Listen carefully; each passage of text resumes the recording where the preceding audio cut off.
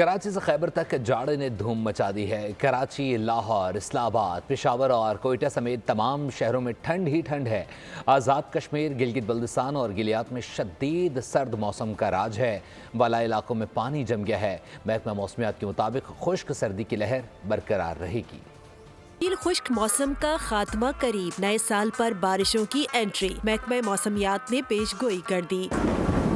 Meat office کے مطابق 2 جنوری سے مغربی ہوائیں ملک کے بالائی حصوں میں داخل ہوں گی۔ اسلام آباد، گلیات، مری، خیبر پختونخوا، بلوچستان، سندھ اور جنوبی پنجاب میں بارش ہوگی۔ محکمہ موسمیات کے مطابق 1 سے 4 جنوری تک بلوچستان میں بارش ہوگی، جبکہ سندھ کے زیادہ تر حصوں میں موسم سرد اور خشک رہنے کا امکان ہے۔ نئے سسٹم کے تحت پہاڑی علاقوں میں شدید برف باری بھی ہوگی۔ بارشوں کے بعد ملک کے بیشتر علاقے شدید سردی کی لپیٹ میں آنے کا امکان ہے۔ ادھر محکمے کی جانب سے نیا الرٹ بھی جاری کر دیا۔ رپورٹ کے مطابق بارشوں کے باعث کشمیر، گلگت بلتستان، خیبر پختونخوا کے پہاڑی علاقوں، مری اور گلیات میں لینڈ سلائیڈنگ اور برفانی تودے گرنے کا خطرہ ہے۔ بارش اور برف باری کے دوران سیاحوں کو محتاط رہنے اور غیر ضروری سفر سے اجتناب کی ہدایت بھی کی گئی ہے۔